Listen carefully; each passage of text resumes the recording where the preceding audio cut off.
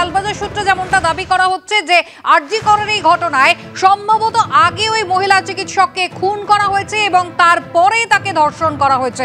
বিস্তারিত জানাবেন ময়ূক ঠাকুর চক্রবর্তী, রয়েছেন আমাদের সঙ্গে। ময়ূক, দেখুন, লালবাজার সূত্রে যে খবর পাওয়া যাচ্ছে যে এখনো পর্যন্ত ফরেনসিক মেডিসিনের যে ডাক্তাররা যারা ওই চিকিৎসকের পোস্টমর্টেম করেছেন, তারা যে রিপোর্ট পুলিশ আধিকারিকদের কাছে এসেছে সেটা ইনকনক্লুসিভ, অর্থাৎ সেটা এখনো সম্পূর্ণ আসেনি। যে ফিজিক্যাল অ্যাসল্ট বা সেক্সুয়াল অ্যাসল্টের কমপ্লেন ওই তরুণীর বাবা করেছেন, সেই প্রেক্ষিতে তো পুলিশ মামলা রুজু করেছে, কিন্তু এখনো ফরেনসিক মেডিসিনের ডাক্তাররা সেটা নিয়ে সুনির্দিষ্টভাবে পুলিশ আধিকারিকদের জানায়নি।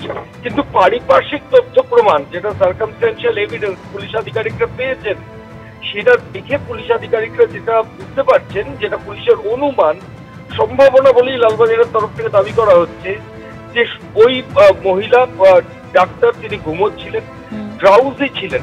এই ড্রাউজি থাকার সময় তাকে ওভারপাওয়ার করা হয় এবং ওভারপাওয়ার করে ওই তন্দ্রাচ্ছন্ন অবস্থাতেই তাকে প্রথমে গলা টেপা হয় এবং তারপর মৃত্যু নিশ্চিত করার জন্য স্মোদারিং বা শ্বাসরোধ করা হয়। ডেথ যখন কনফার্ম হয়ে গেছে তারপরে সম্ভবত আততায়ী সেক্সুয়াল অ্যাসল্ট, যা যৌন অত্যাচার বা ধর্ষণ যে অভিযোগ সামনে আসছে সেগুলো করেছে বলেই তদন্তকারী আধিকারিকরা পারিপার্শ্বিক তথ্য প্রমাণ দেখে অনুমান করছেন। ময়ূক, ধন্যবাদ। আমার সঙ্গে এই মুহূর্তে রাজ্যের মুখ্যমন্ত্রী মমতা বন্দ্যোপাধ্যায় রয়েছেন। দিদি, আপনার কাছে প্রথম যেটা জানতে চাইবো, আরজি করে যে নারকীয় ঘটনা ঘটেছে, একজন 31 বছরের চিকিৎসকের খুনের ঘটনা, শোনা যাচ্ছে পুলিশ একজনকে গ্রেফতার করেছে। এখনো পর্যন্ত পুলিশ কি ঘটনার কিনারা করতে পেরেছে? কোনো ব্রেক থ্রু হয়েছে?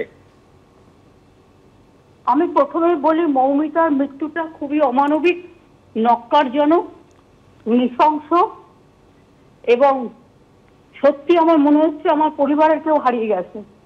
এই ধরনের ঘটনাকে আমরা কখনোই সমর্থন করতে পারি না এবং সেক্ষেত্রে জুনিয়র ডাক্তাররা যে ক্ষোভ দেখাচ্ছেন সেই ক্ষোভ সঙ্গত বলে আমি মনে করি।